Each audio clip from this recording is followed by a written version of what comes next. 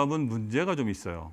결정적인 문제가 뭐냐면 아까 말한 대로 그 태양 안에 아까 온도가 1,300만 도라 그랬는데 실제로 우리가 그 인류가 그 인간이 플라즈마를 만들게 되면은 그 온도는 1억 도가 넘게 돼요. 그 1억 도가 넘는 플라즈마를 어떻게 안정적으로 가둘 거냐가 이제 핵심이 됩니다.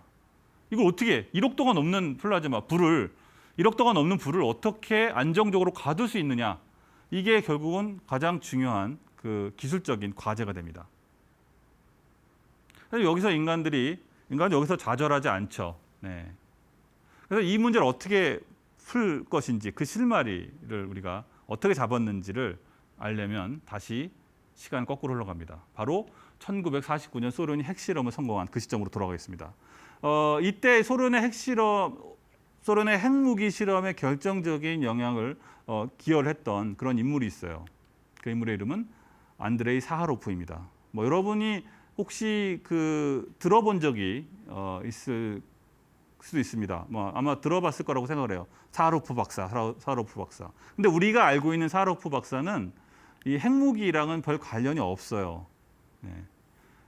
사하로프 박사가 왜 우리에게 유명하냐면은 1975년에 노벨 평화상을 받았기 때문입니다. 뭐 그 전부터 사하로프 박사는 인권주의자이고 반체제 인사였습니다. 소련에. 그래서 소련 정부로부터 탄압을 받고 뭐 투옥을 당하고 그런 고난을 겪었어요. 그러면서도 자신의 뜻을 굽히지 않았고 노벨 평화상까지 받게 되는데 그러고 나서도 계속 정부로부터 계속 많은 시련을 받는 인물입니다.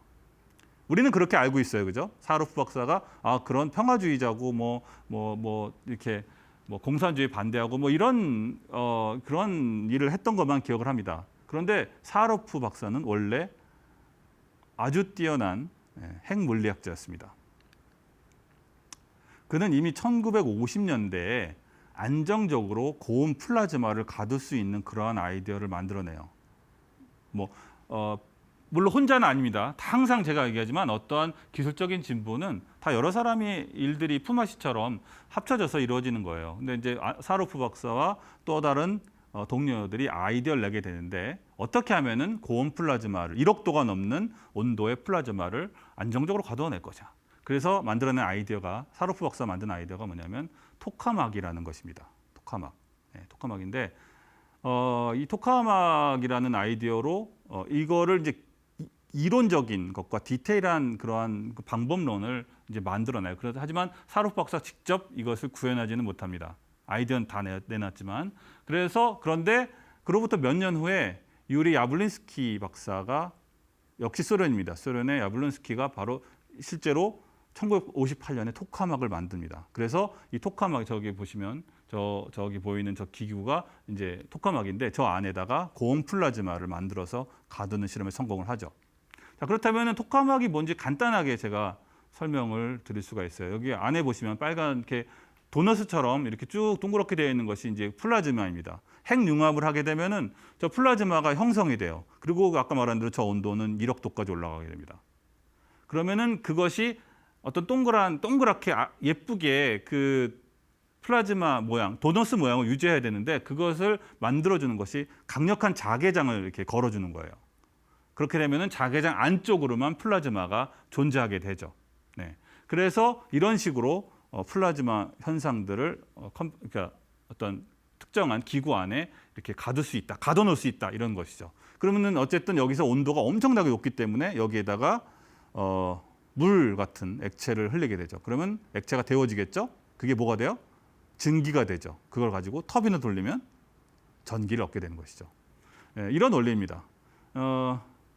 이 토카막의 원리를 예전에 그 공상과학 만화 같은 데 보시면 전자총을 쏘게 되는데 전자총을 레이저 강성 같은 거 쏘면은 예전에 만화를 보면은 레이저 강성 쏠 때 주변에 이렇게 동그라미 이렇게 도너스 모양으로 감싸는 게 있어요. 그게 결국은 이 토카막의 원리를 보여주는 거예요. 놀라운 일이죠. 네. 그 당시에 만화를 그렸던 사람들이 그 토카막의 원리로 이 레이저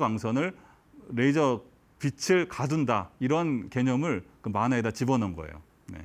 그런 원리라고 생각하면 아주 간단합니다. 자, 그렇게 해서 이 토카막이라는 기술이 이제 대중화가 됩니다.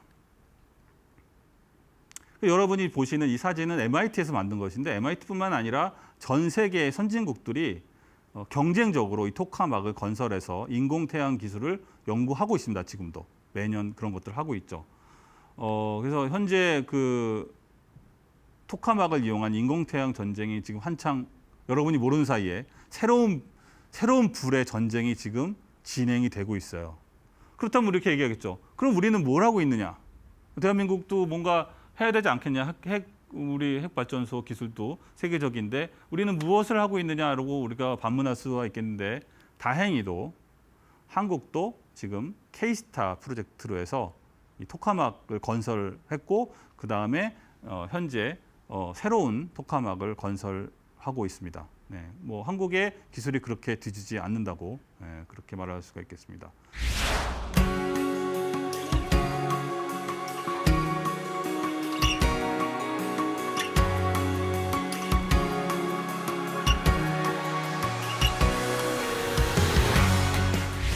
결국 오늘 제가 준비한 이 불의 이야기는 여기까지입니다. 결국 제가 말하고 싶은 거는 이런 거예요. 그 인류가 정말 집요합니다. 그죠? 끊임없이 새로운 불을 찾아내고 그 과정을 여러분이 보셨는데 지금까지도 그래왔듯이 영원히 인류가 존재하는 한 이러한 불을 향한 그런 집념과 집착은 없어지지 않을 거라는 것이죠. 그래서 앞으로 뭐 인공태양 기술 같은 경우는 2027년이나 뭐 30년 정도에 상용화가 된다고 하는데 뭐 그게 될 수도 있고 안 될 수도 있겠죠. 뭐 그건 중요하지 않아요. 중요한 것은 새로운 불과 새로운 에너지원을 향한 인류의 집념은 결코 사라지지 않을 것이라는 것이죠. 여러분은 뭐 언제든 이게 컨센트를 꽂으면 전기가 나오고 뭐 너무나 당연하게 생각하는 이런 것들이 이 수많은 과정 그리고 수많은 경쟁, 그죠? 그런 것을 통해서 이루어졌다는 것을 여러분이 잊어버리면 안 되겠습니다. 제가 사실 그런 얘기를 인더스토리에서 하고 싶은 얘기는 그런 거예요. 너무 당연하게 생각하는 것들이 그렇게 당연한 과정을 거치지 않았다는 것이죠. 여러분이 그런 생각을 좀 하고 여러분이 하는 일도 그렇게 좀 전향적이고 집념을 가지고 했으면 좋겠다는 그런 생각을 하면서 오늘 인더스토리 강연을 마치도록 하겠습니다. 감사합니다. 오늘 인더스토리 9번째 시간의 주제는 물입니다. 지구 표면을 물이 차지하는 덮고 있는 비중은 70%라고 알려져 있습니다. 페르시아 제국은 인류 역사상 처음으로 대륙을 이어주는 초거대 제국입니다. 공사도 어려웠지만 더욱 힘들었던 것은 외교적인 부분이었어요. 라이벌이었던 영국이 프랑스가 수에즈 운하를 개통하는 과정에 사사건건 방해를 놓게 됩니다. 화력 발전소도 뉴욕에 세웠고 동시에 위스콘신주에서 수력 발전소를 세우게 됩니다. 결국 이 물은 무한대의 에너지 원천이다라고 말할 수 있습니다.